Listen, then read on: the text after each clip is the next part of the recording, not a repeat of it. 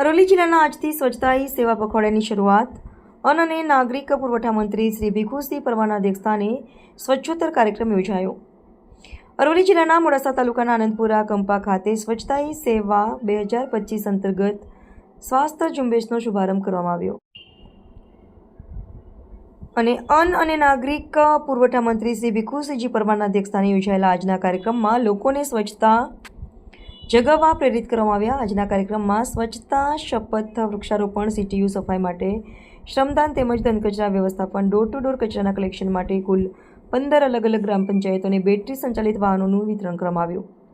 આજના પ્રસંગે મંત્રી શ્રી ભીખુસિંહ પરમારે માનનીય વડાપ્રધાન શ્રી નરેન્દ્ર મોદીને તેમના જન્મદિવસની શુભકામના પાઠવી તેમના આરોગ્યનું જીવનની પ્રાર્થના કરી મંત્રીશ્રીએ લોકોને સંબોધિત કરતા જણાવ્યું કે કેન્દ્ર અને રાજ્ય સરકાર દ્વારા આ પખવાડિયાને સેવા પખવાડિયા તરીકે ઉજવવાનું નક્કી કરવામાં આવ્યું છે।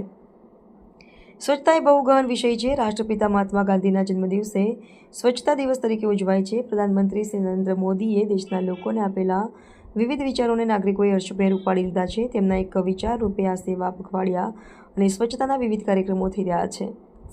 શહેરના પરિષદમાં ગ્રામ્ય વિસ્તારોમાં સ્વચ્છતાનો અભાવ જોવા મળે છે। મહદઅંશે તેમાં સફળતા પણ મળી શકે છે। લોકો અને વહીવટીતંત્રના સંયુક્ત મહેનતે આપણે સ્વચ્છતા મેળવવામાં સફળ થઈશું।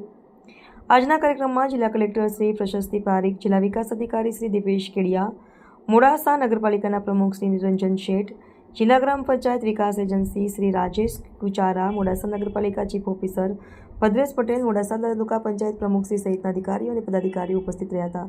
રિપોર્ટર મહેન્દ્ર પટેલ, અરવલ્લી।